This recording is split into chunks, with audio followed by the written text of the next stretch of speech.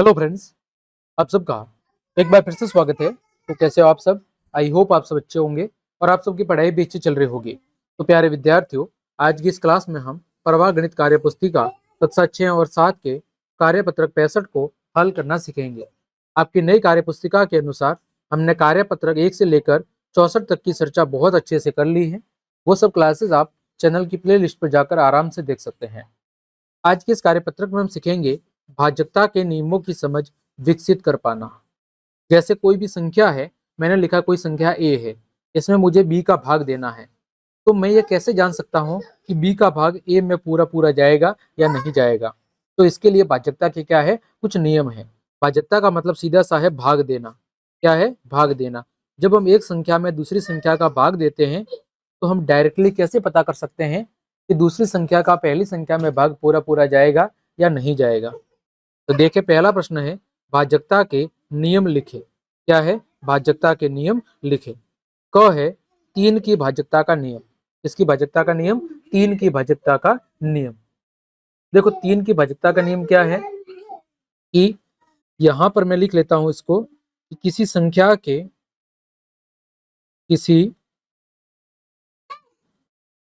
के सभी अंकों का योग सभी अंकों का योग 3 से विभाजित होना चाहिए। यानी उस संख्या के सभी अंकों को हम अगर जोड़ दे और उसमें यदि 3 का भाग पूरा पूरा जाता है तो उस संख्या में भी क्या 3 का भाग पूरा पूरा जाएगा। जैसे मैंने कोई भी एक संख्या लिखी, मैंने संख्या लिखी समझ लीजिए 81। मुझे चेक करना है कि क्या इसमें 3 का भाग पूरा पूरा जाएगा कि नहीं जाएगा। तो मैं इसके सभी अंकों को जोड़ दूंगा। 8 + 1 कितना होता है? 9। देखो, 9 में 3 का भाग पूरा पूरा जाता है, अतः 81 में भी 3 का भाग पूरा पूरा जाएगा। मैंने लिखा यहाँ पर जैसे कि ये 513 हो। मुझे चेक करना है कि क्या इसमें 3 का भाग पूरा पूरा जाएगा या नहीं जाएगा। तो मैं सभी को जोड़ दूंगा। 5 और 1 6, 6 और 3 9। देखो, 9 में 3 का भाग पूरा पूरा जाता है, अतः इस संख्या में भी 3 का भाग पूरा पूरा जाएगा। दूसरा देखो ख, 6 की भाजकता का नियम।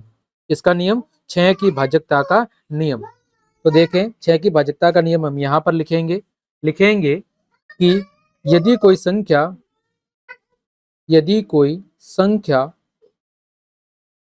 संख्या दो और तीन दोनों से विभाजित है, 2 और 3 दोनों से विभाजित है,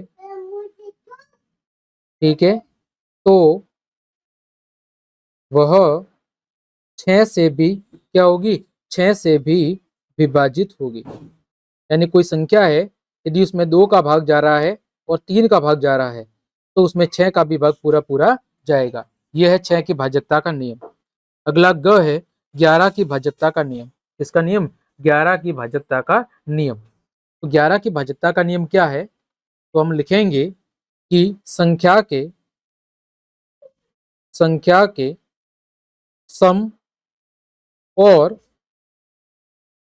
विषम स्थानों पर आए सम और विषम स्थानों के सम और विषम स्थानों के अंकों के योग का अंतर या तो 0 होना चाहिए या 11 से भाज्य हो। क्या हो? या 11 से भाज्य हो, तो उसमें 11 का भाग पूरा पूरा जाएगा। यानी कोई संख्या है, उसके सम स्थान का मतलब 0 1 2, ये कौन से हैं? देखो, सम स्थान का मतलब क्या है? सम स्थान का मतलब है आपका कि 2 4 6 8 इस पोजीशन पर कौन सा अंक आ रहा है, और विषम स्थान यानी कि 1 3 5 7 9 इस पोजीशन पर कौन सा अंक आ रहा है। हमें क्या करना है? सम स्थान के अंकों का योग और विषम स्थान के अंकों का योग, दोनों का अंकों का योग करना है और फिर घटाव करना है, बड़े में से छोटा घटाना है। तो यदि अंतर या तो 0 आ जाए या 11 से विभाजित आ जाए तो फिर उसमें 11 का भाग पूरा पूरा जाएगा। देखो दूसरा प्रश्न, कौन सी संख्या 10 से विभाज्य होगी? हाँ या ना में उत्तर दे।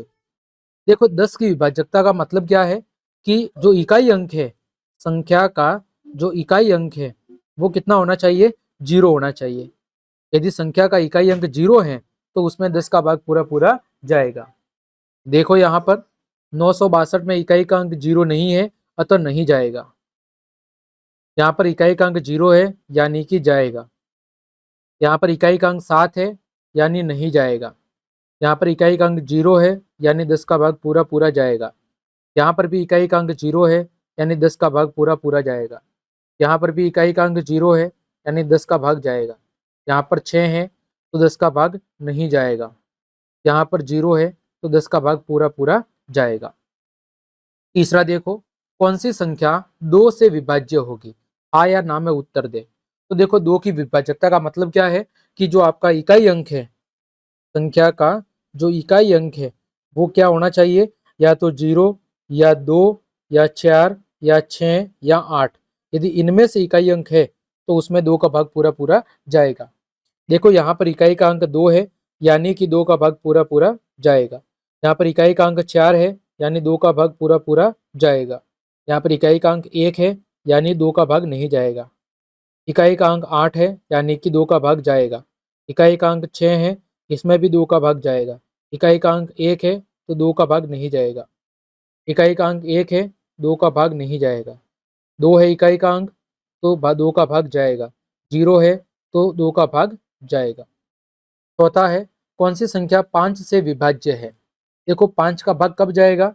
तो 5 का भाग जाएगा कब? जब इकाई अंक, जब संख्या का इकाई अंक या तो 0 है या 5 है। इकाई अंक क्या है?